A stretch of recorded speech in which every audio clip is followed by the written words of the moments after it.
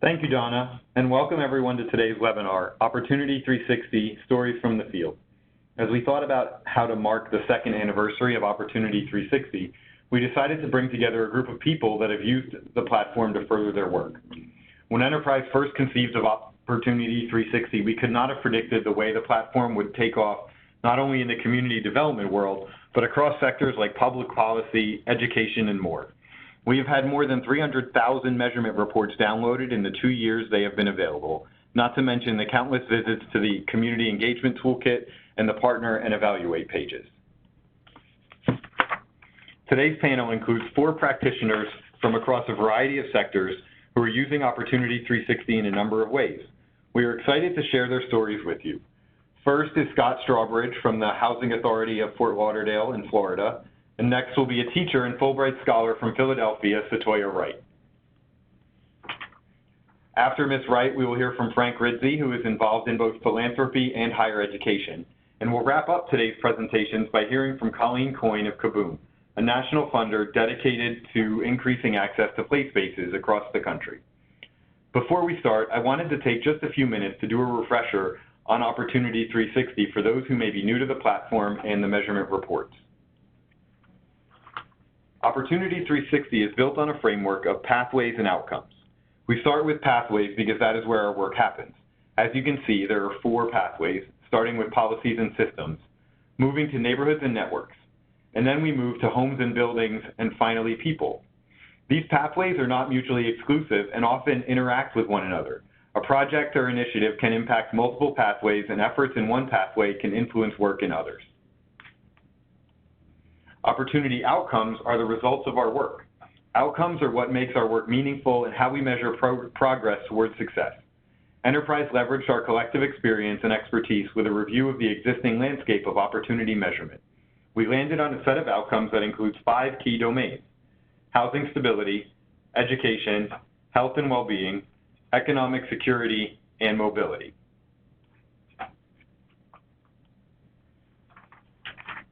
This slide shows how pathways and outcomes work together. As I mentioned, pathways often interact with one another.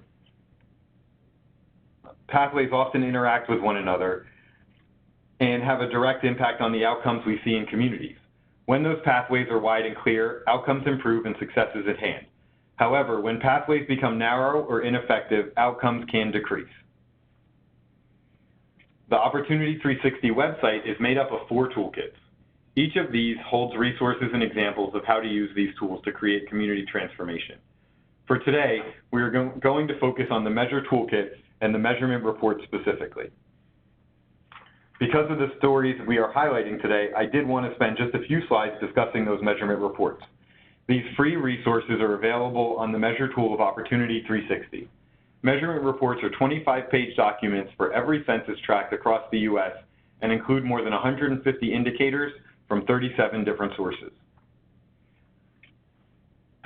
With those 150 indicators across 74,000 census tracts, the index scores are quite useful in making quick and meaningful comparisons.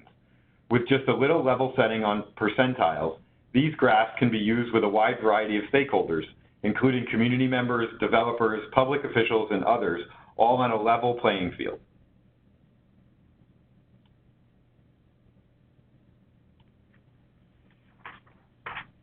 Following the index score graph, the report provides key indicators for each of the outcome scores. These help understand what may be driving the scores and point to potential needs. Similarly, Pathways index scores were developed at the neighborhood level to enable the same type of discussions about tract relationships. I will now turn to Scott Strawbridge to discuss an example of how these measurement reports were helpful in his work in Florida. Scott? Well, good afternoon, everybody. Hi, I'm Scott Strawbridge from Fort Lauderdale, and thank you all for having me here. First, I wanted to mention how I got to this point. I learned about the enterprise tools, I think, a little over a year ago, and somehow I met Andy, who was just speaking to a minute ago. I'm a browser. all the time, always on the web, and the Enterprise Community Partners website is a treasure trove of information for somebody in my work: community development, housing, human empowerment, etc. So when I discovered this data tool, it really got me inspired to go in and dig deeper and find out more about what was going on in our community. Next slide, please. Back in 2013, I had an amazing experience of being at TED, and Bono came out on stage and he made this statement, and it shook me to the bone. I'm not going to read it aloud, you all can see it, but it did cause me on that very day in February of 2013 to decide that I too wanted to be a factivist. If we go on to the next slide, please. The work that we do in the Housing Authority has been very satisfying, and I'm going to show you a little bit of a look into one of the communities where we've done a lot of work in the last just under 10 years.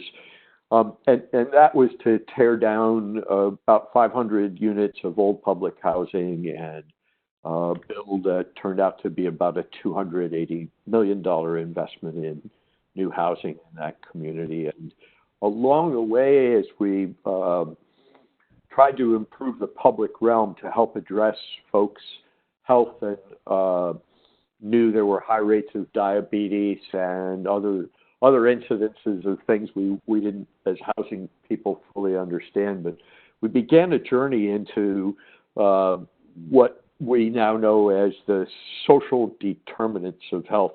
Next slide, Andy. I think you might have skipped one. Nope.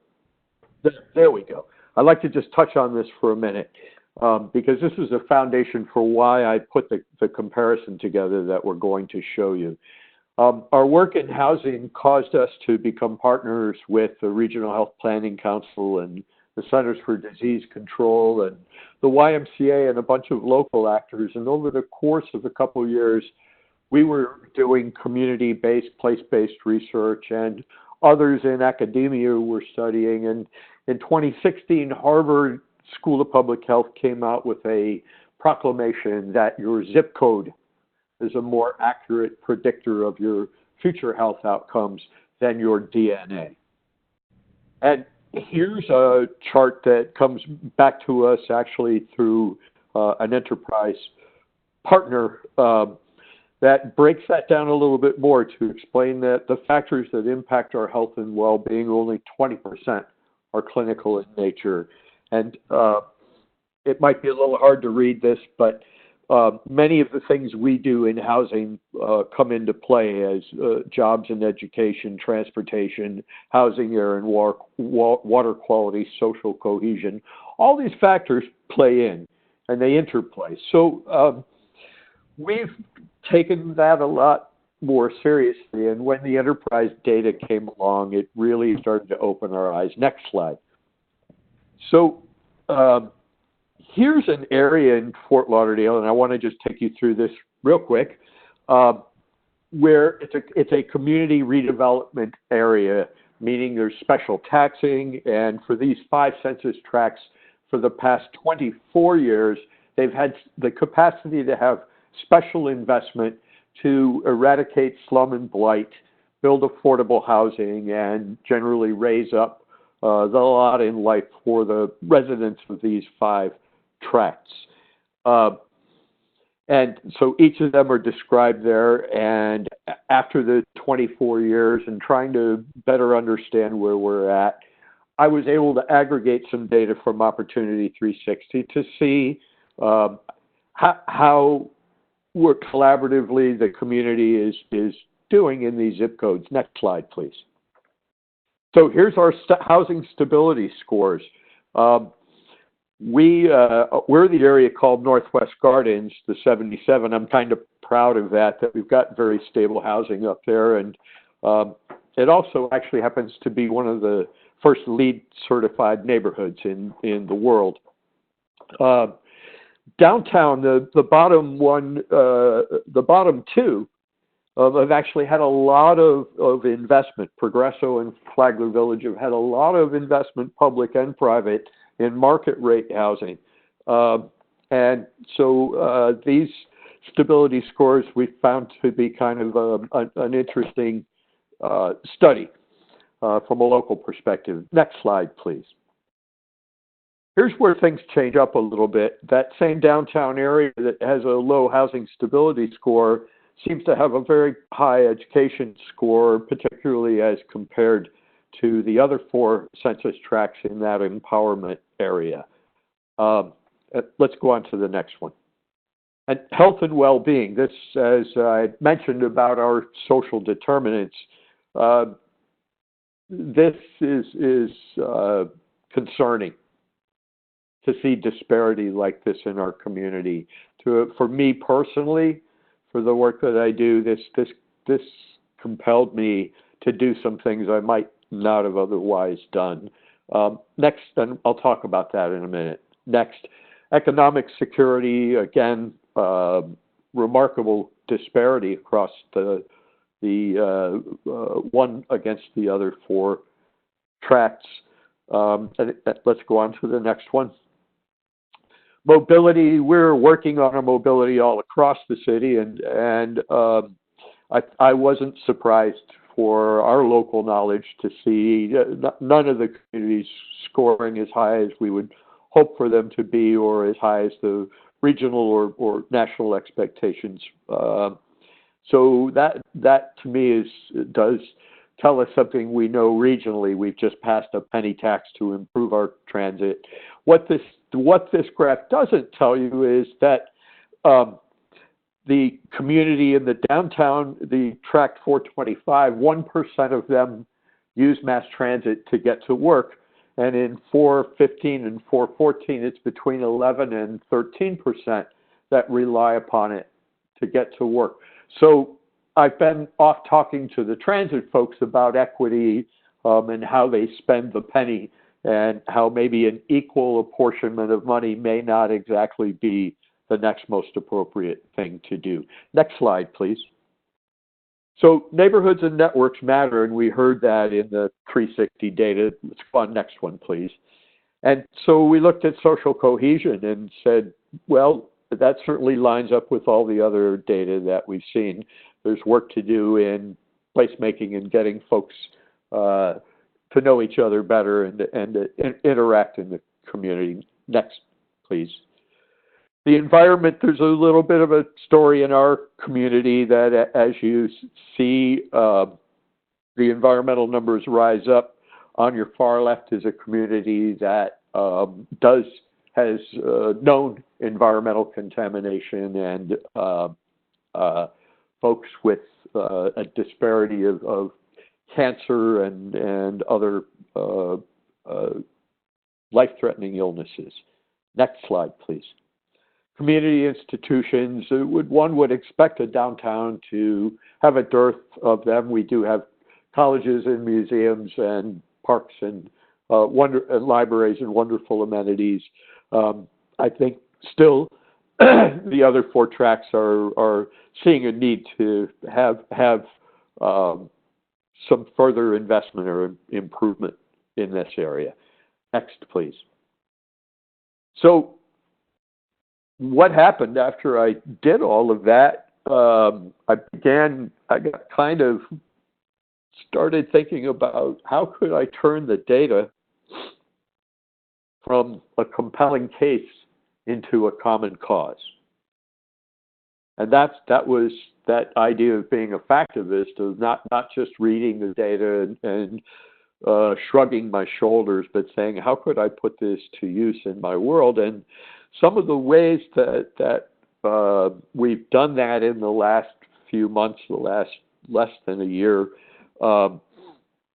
it's come to inform better inform a massive Undoing Racism project that we at the Housing Authority have been working on with our partners at Children's Services Council and Broward Human Services. And it's allowed me personally to be more vocal as a member of the Undoing Racism White Caucus.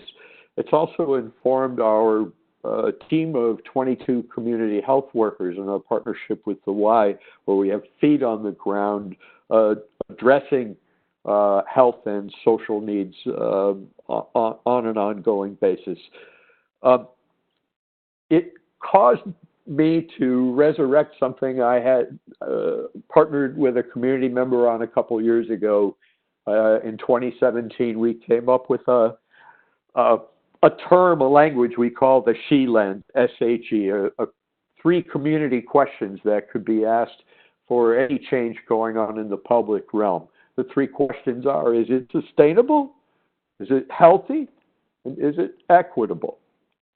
And coupling this data along with the premise of helping the community ask those place-based questions about any change in the public realm caused us to begin to the idea of creating a walking trail that would connect all 5 of the census tracts.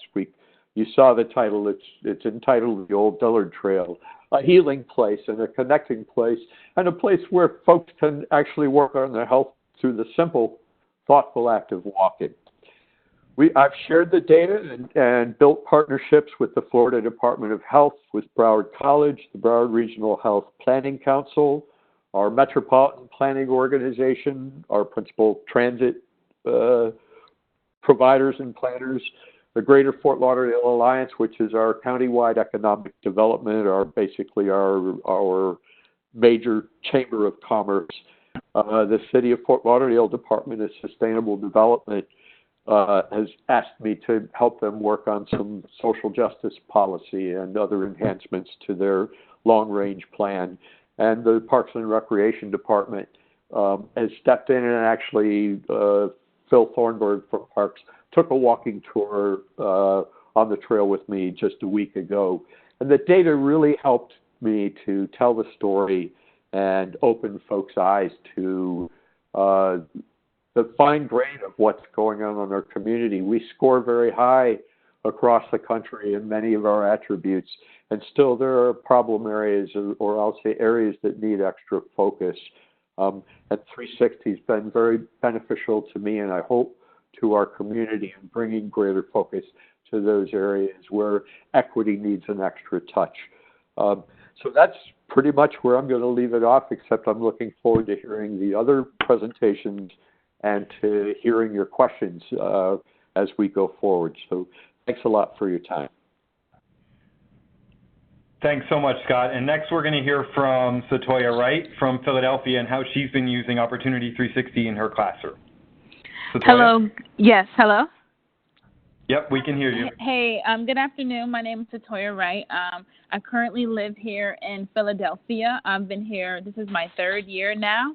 And so I'm really part of a small team. I'm a Algebra 1 teacher here at a charter school, but I've been collaborating pretty intensively with a chemistry teacher and a literature teacher over the past year. And so our main focus has been kind of curating and creating a social political curriculum specifically to help Black and Brown students to kind of navigate the world, especially with the inequities that they face, but not only, survive them, but thrive with them as well. So just to give you a little background, the story of our curriculum, last year I received a Fulbright scholarship, and I was placed in Peru, Chiclayo, Peru, in which I spent some time studying, and my research was around how do educators in other parts of the world, specifically Peru, kind of recognize the inequities that their students face, and how do they assist their students in kind of navigating those terrains. And I really applied for the Fulbright Scholarship because my biggest purpose is my why. The students that I serve, predominantly Black and Brown students, Latino students, Latinx students, and I just realized that they weren't getting the quality of education that they deserved, and much of their education and curriculum that they were being given was in a decontextualized manner. So students were kind of fed rote memorization and plug and chug methods. but they really struggle to apply those concrete skills into real-world applications. And so just to give you a little further background, not only did the Fulbright really help transform my pedagogical beliefs and practices, but I really increased my reading as well. A lot of my pedagogical beliefs are rooted in bell hooks, Gloria Lansing-Billings, Freire, and just a lot of people who really believe that education is the practice of freedom and that we really have to prepare students now. We shouldn't wait once we send them off to college. So moving on, unpacking the essential questions. So now that I just gave that little anecdotal background, so myself and my team, as I previously mentioned, as a chemistry teacher and a literature teacher, we kind of challenged ourselves and really came up with the question is, how do we as educators create a curriculum that helps students explore social phenomenon through a critical inquiry stance? And as a math teacher, I found that, you know, a lot of the curriculum was like, okay, do 25 problems, and then there were 1 to 2 real-world application problems at the end that truly weren't real-world, and the students had difficulty relating to them. So I was really venting to a colleague after work one day, and she had said, well, are you familiar with Opportunity360? Have you heard of them? So I had not ever heard of Opportunity360, but she pushed me to kind of do my research if I really wanted to make real-world connections and have in order so that students could address and research social phenomenon. And so there are 3 things that I do is, first of all, identify the standard. I do not want the integrity of the content and the material that the students need to know to be compromised. So identify the standard, identify the skills, what I want students to do, and the last step, step 3, which is what Opportunity360 has really helped me with the most, is to make explicit real-world connections with the content. So, and going on to the next slide, the main purpose for this is that I really want students to be able to thrive and be competitive in a local and global society. And I think oftentimes, especially when I attend professional developments or we just have other presenters come speak to us, we talk about preparing students for the 21st century, but the material that we set in front of them really doesn't prepare them. And it's often like, we expect them to magically become policymakers and lawyers and doctors, you know, as soon as they leave high school, but we don't prepare them and give them the opportunities to engage in those skills while they're still in high school. So I want to just move on to the snapshot of the algebra curriculum. And the standard that I chose to work through is a Pennsylvania standard, which is analyzing scatter plots. And so that's the standard that I identified, and the skill I wanted the students to be able to do was to not only analyze, but to interpret and make predictions on a real set of data. And so I just want to move on to the real world phenomena that Opportunity360 kind of helped me with. And just to give you a brief anecdotal, health classes and sex education have been taken out of my school. And so they kind of tried to do a one-size-fits-all health class in a big auditorium one day. And there were a lot of sensitive topics that was discussed specifically around sexually transmitted diseases that I noticed my students walking away kind of dismissing the topic and not recognizing the seriousness of it. So I really wanted to hone in on how do I get my students to understand the seriousness of this topic and connect it to the scatter plots that we're doing in class. And so I first gave them the a map. If you can go back to the map of the United States, this is actually a map that highlights HIV prevalence throughout the country. And so when I initially showed students this map, they were like really impacted and surprised by it. But I really wanted to make it a more global and potent lens. And that's when I brought in Opportunity360, the measure component. And so I had the students, which was very tedious, but I had them locked in at this point to research an address in every zip code in the city of Philadelphia. And so the main goal was to see if there was any type of relation or correlation between poverty and HIV prevalence in the city. And so the students researched every zip code in the city using Opportunity360, in which they were able to kind of investigate the the economic security in the area, and that gave them their independent variable, the percentage of people living in poverty. And then we researched the HIV prevalence in that city. And right here on the slide, you can see just a snapshot of student work. A student completed this all on Google Sheets. And so this really was the catalyst for a great discussion of, wow, there is a moderately positive correlation between the people who are living in poverty and HIV prevalence in the area. And so that just really kind of built momentum in my classrooms, and students were like, first of all, why don't we know about this? And second of all, what can we do about it? So I was really so grateful for Opportunity 360 because these are the real world connections and scenarios that I was looking for that I was not able to have using just standard textbook curriculum. And so if you go to the next slide, it's just some quick reflections of, student thoughts after the project, after looking at the data.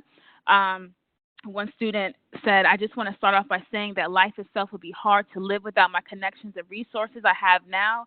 I also knew that people of poverty's life wasn't where they wanted it, but after reflecting on the data, it made me think about all the things I have in life. And not just things like clothes and money. I'm talking about family, the love that has been given and shared with me, my education and my body. And I really appreciated this metacognitive piece that the students had because I feel like not only am I giving them this critical mathematical content that they need, but now we are creating and cultivating a classroom in which students can be transformers within their communities based off their knowledge. The next slide is just another reflection.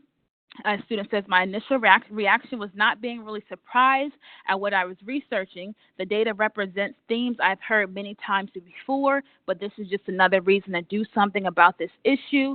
Once again, I just want to hone in on the importance of, Opportunity 360 really providing this real world data because oftentimes when students get to me in high school, they're already disengaged from math content. And so this was a really unique way to kind of get them back in and show them, no, the information you are learning is relevant and you can use it in your daily lives.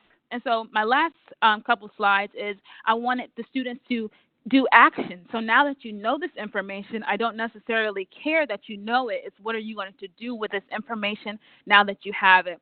And so we're just reading an article, and the article came up in which Philadelphia is supposed to receive HIV funding under the new Trump plan to eliminate the virus by 2030. And so I really allowed the students to read the article and ask them, did they think that the virus would be eliminated by 2030? And I was really surprised by their critical inquiry stance.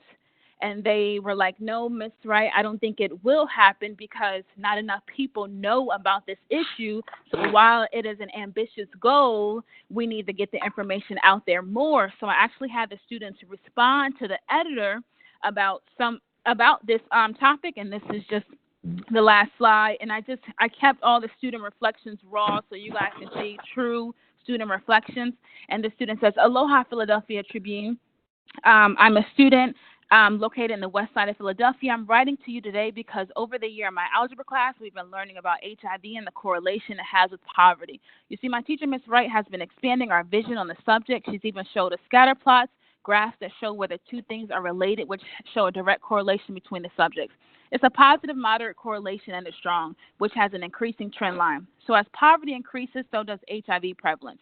One of the crazy things about it is a factor in all this is ignorance. Health classes aren't being given to the youth. Schools aren't getting enough funding. Schools aren't incorporating serious stuff like this into lesson plans. If our people aren't having stuff like this brought to their attention, how are they supposed to know? And just like as an educator, this is like, oh my gosh, this is like, I couldn't ask for anything more because not only does the student highlight their knowledge of the scatter plot, which is the standard, but they also show that they have been empowered. They have empowered themselves to really have true transformative impacts on their community. So that's where I want to close out with that, and I'm very grateful because Opportunity 360 data is helping me with more lessons this year. Thank you, Ms. Wright. Thank you so much for sharing. And next we're going to hear from Frank Rizzi from upstate New York, and he's going to talk with us a little bit about how Opportunity 360 can be informed in measuring and talking about impact and thinking about logic models. So Frank, can you take it away? Sure. Can you hear me? Can you hear me? Yes. Oh, great. All right. Yes. Great. So thank you. As Andy said, my name is Frank Rizzi. I'm in Central New York, and we are a community foundation, one of about 1,200 or more actually growing community foundations across the world. And our main purpose is to grant funds to nonprofits and civic efforts in our community. So when we look at our communities and we're looking to try to see positive improvements in everyday quality of life, it can feel a lot like this first picture you see on the top where you're looking at all these lines and arrows drawn all over. So it's really a complex system that we're talking about. We want to see nonprofits and programs working together. What we really want to see is, rather than this confusing mess, we want to see everyone working together, similar to the picture down below where you see these army ants that are doing the impossible, it seems.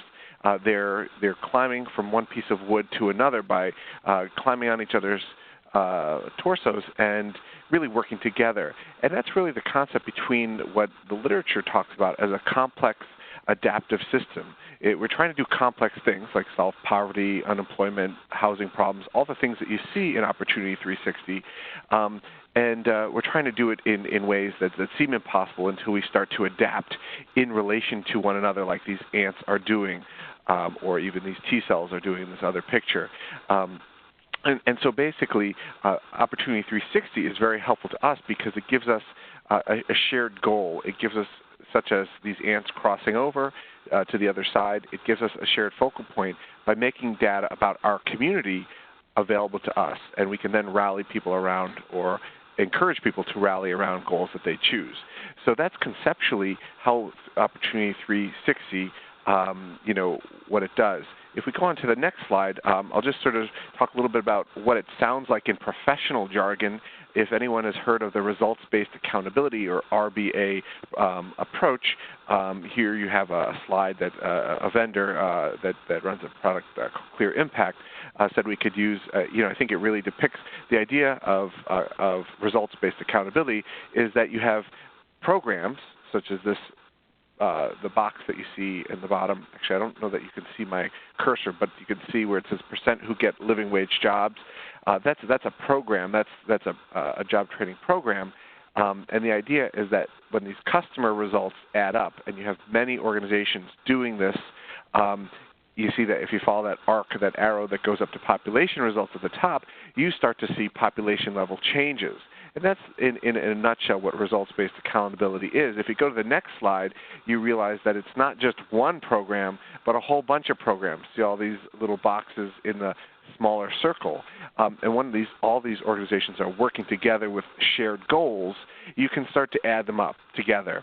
And you start to see population-level results. So once again, Opportunity 360 does the work of helping us get these population-level goals that the entire community can work toward, and then they can find customer-level data that they are going to track that will help move the needle, so to speak, on many of the things that you see in the Opportunity 360 platform. So I was very excited to learn about Opportunity 360 at a conference. I think Andy was presenting, and he came to my session. I went to his session, and afterwards, ever since I've been using it with every audience that I talked to about this. And so I wanted to share that we have a little reflection on not only what it looks like professionally, but here, this next slide is meant to give you a sense of what it feels like, where Opportunity 360 fits into the larger picture. If you've ever been driving nowadays, to maybe a distant city, you notice that on your GPS system, it goes through different levels. When you first start out, it might get you on the highway and you're heading in a certain direction. But as you get closer, it quickly zooms in to the, from the highway data, as I like to call it, to what I call Main Street data, which really tells you, get off this exit and then what main streets you turn on. After that, though, it then zooms in even more to side street data or back road data, depending on if you're in a rural or urban setting. And shows you, closer what side streets to turn down until eventually you get to the actual location, and that's what I like to call address data. Now, I use this because Opportunity 360 is a critical part of this data infrastructure, And as you're doing results-based accountability, as I mentioned earlier, you really notice if you're missing one of these levels of data. Perfect timing, thank you. Each of these maps really correspond to different data that you need in order to coordinate your efforts in a complex adaptive system. And just for a thought experiment, I don't know if you've ever been driving on a highway and then all of a sudden you're about to get off on a side street, or a main road, and all of a sudden your GPS goes out. And then all of a sudden you realize, oh, I don't know what to do. You're kind of flying blind. And that's how it feels like with data. If you're missing any one of these 4 layers, you can feel like you're flying blind. So let me just go into each of them a little more so you can see their importance. So on to the next slide. If you look at highway data, you might think of that as highways. It tends to be data that are federally funded and publicly available, things like the census, things like the Bureau of Labor Statistics and others. These things give you a general direction. Even if it's you're drilling down as you can with Opportunity 360 to the census tract level, they're really ballpark estimates. These data are good for overall estimates and they let you know when you have a problem. As we saw with some of our previous presenters, it gives you a sense, oh my gosh, we've got a problem here. If you click and go down to the next level, next slide, you'll see the next level down. We can skip over this just for time. This is a good example of highway level data. This is data that we've taken and just put into our own display. But you can see, Onondaga County over here has, 3 times as much lead poisoning as these other neighborhoods. And these are ballpark estimates, publicly available data. So that's a good example of that and the type of data that you find in Opportunity 360. But we'll keep on going to the next one. We'll go to that logic model. So when you're doing logic models, and this is, so I talked about what it sounds like. The highway metaphor, which I'll continue to use, is a bit of what it feels like, right, to have the right data you need so you're not driving blind at any decision-making point in a community. I use this logic model to say, what does it actually look like? We don't actually use like driving maps when we're talking about this. We use logic models, and I think that's pretty standard. And that's a large part of what I'll talk about today is, when you start a logic model, depending on whether you use the Kellogg model or whatever model, you often have to start with what's the problem or issue, right? And that data, the type of data that exists in Opportunity 360 are perfect for this. It tells you what the problem is, and then it tells you you can also use this to fill out your impact, right? The long-term impact is you want that problem to change. You want that no longer to be the case. We don't want to be 3 times higher than our surrounding counties in terms of lead poisoning for children. So we can go on to the next level. I've just said that really helps you fill out part of your logic model, and you'll see these other layers help you fill out other parts of the logic model. And then when I get to the closing, I'll talk about how that helps you coordinate with other players in the community. So the next layer down is the Main Street data. Now, just like Main Streets, those aren't federally funded, right? That's not like the Federal Highway Program, and it's not like federal census data. Main Streets are locally collected and funded just like Main Streets are. So these are data such as data from your local city or county government or school districts.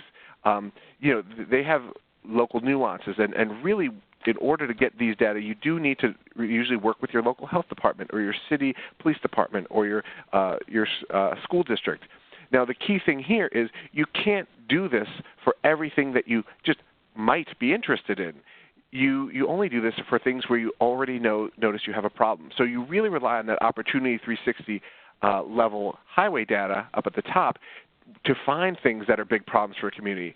Only then will you make the investment in reaching out to these organizations, these local organizations, to get their local data. So let me go to the next slide to give you a little example of this. If you could just advance the slide, one more slide. You can see this is an example where these data were not publicly available. This is the lead poisoning in our community by census tract, right? That's not publicly available. We had to work with the county health department. And once we did that, we could see, these 2 census tracts are really high. We could notice that the poisoning level doubled from going to the outer edges of the county into the inner city. And then when you looked at certain census tracts, the lead poisoning doubled again. Those are these darker blue areas, right? Again, we would never have forged that relationship if we didn't have that highway level data to point to this as a problem. So we can go on to the next level, right? And you can see here that if we didn't have that level, we'd just be flying blind, say, oh, the county has high lead poisoning. We might be just putting out public awareness. Now that we have that main street level data, we can actually pick specific census tracts and target them. And that brings us then to the next spot, right, which is side street or back road data. They're even more specific and in the weeds than those main street data, and they're typically collected by nonprofit community partners and others that are running programming beyond what you're typically doing, right? And this is an example from a after-school program I use as an example here. So these are data that you only get this when organizations say, all right, we're going to collect the same outcomes in the same way. So, for instance, a bunch of organizations saying, oh, we're going to measure whether a person has a job or not, or whether they have safe, secure housing or not, and they're sharing it across organizations. You get this in some systems that you see, some shared community data systems, but there's also ways you can do it using free software. So anyway, this level is really important, and really what this is an aggregation of just good old-fashioned program evaluation. So we can go down to the next slide, and you'll see that the next level is address data. So I think we might have skipped a slide, but so address data is one level down further.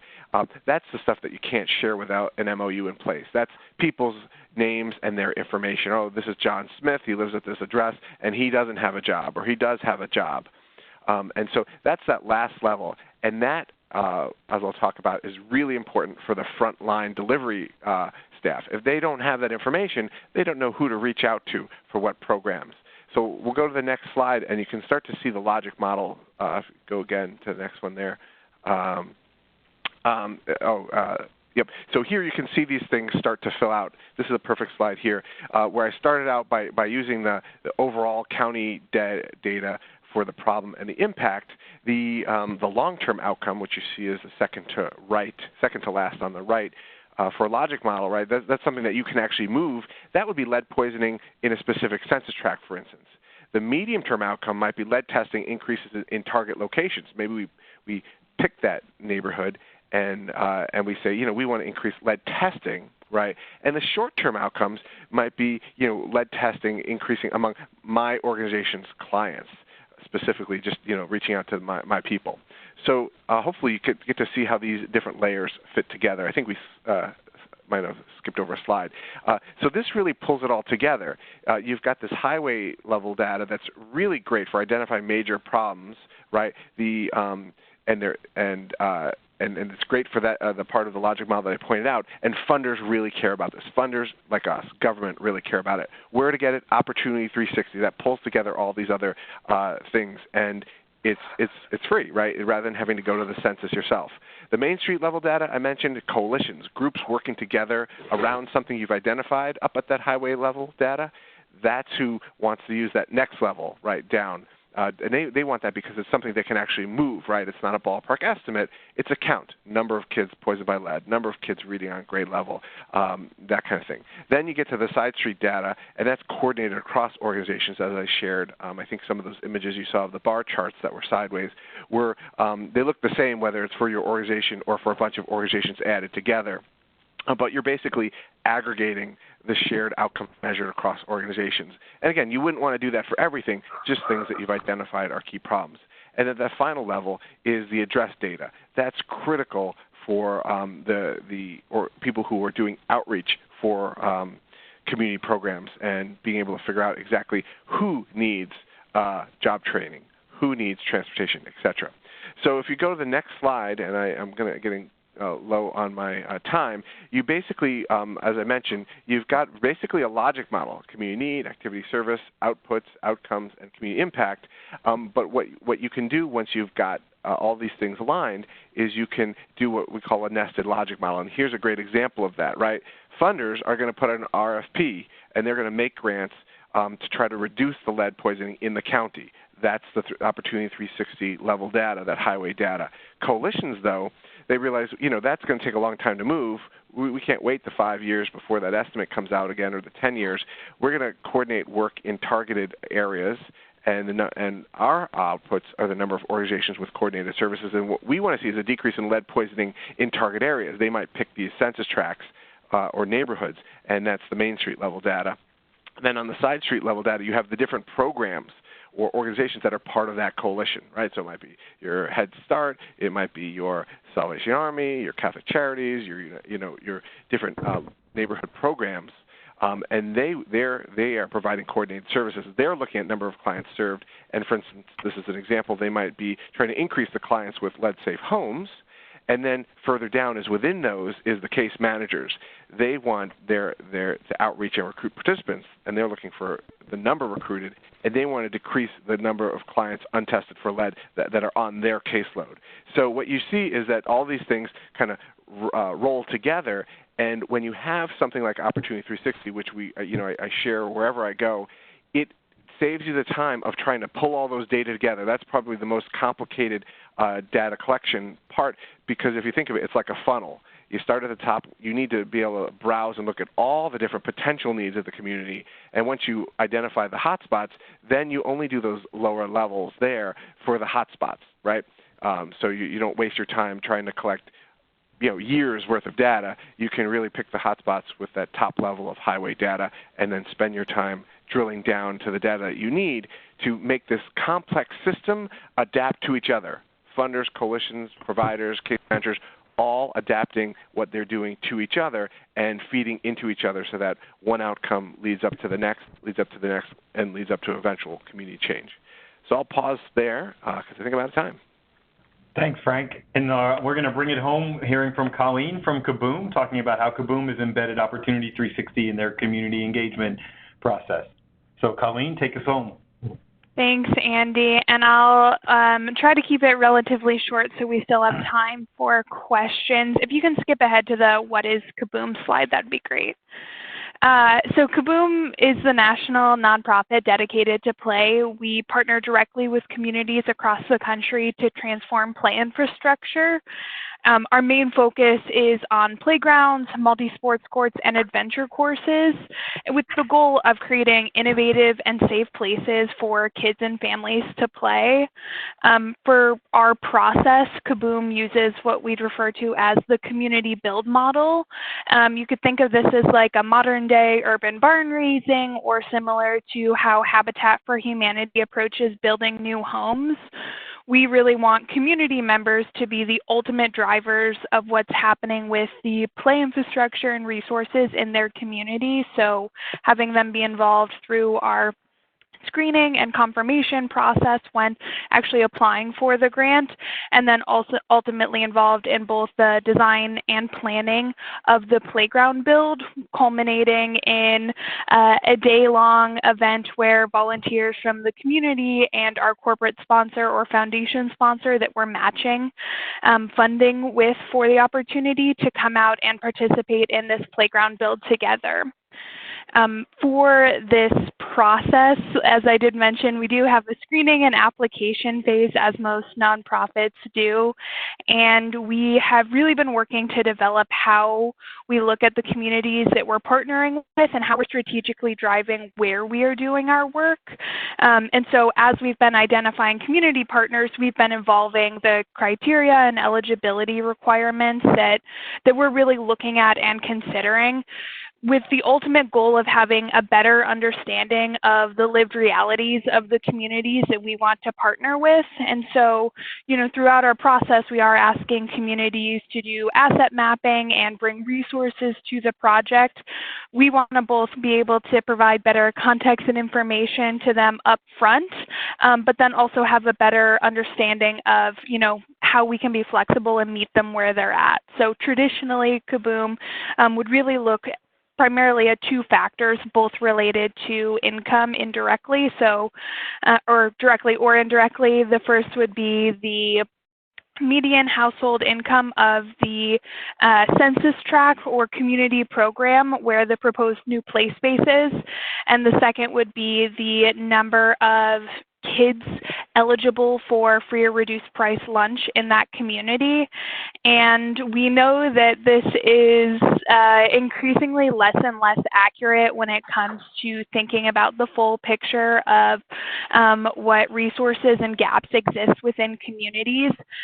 Specifically thinking through something like free or reduced price lunch, eligibility is something that's so complicated. It really depends on both the school and the parent's ability or access to information about how to enroll in FRPL, which gets even more complicated when you add in layers of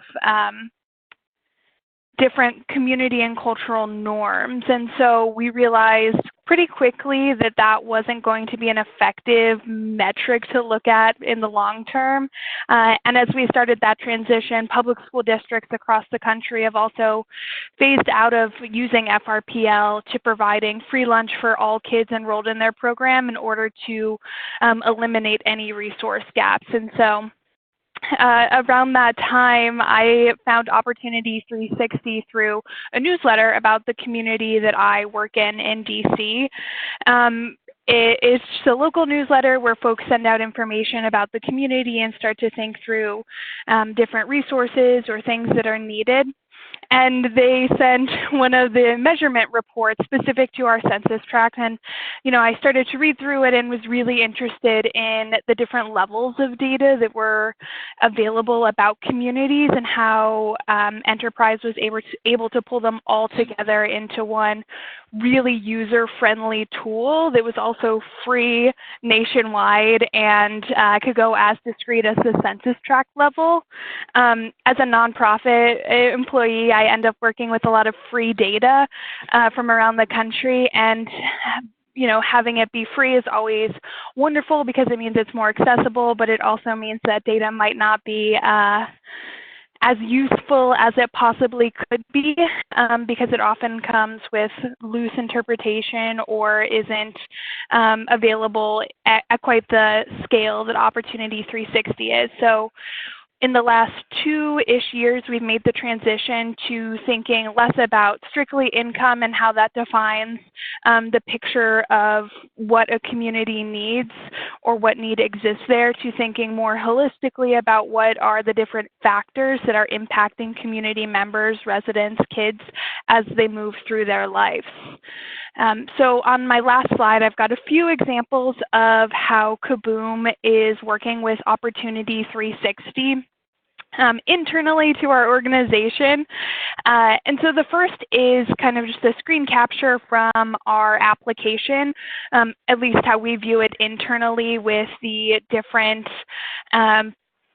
essentially the different, why is this word escaping me? The different metrics that Opportunity360 uses, as well as some of the ones that we've traditionally looked at, like free or reduced price lunch and income data.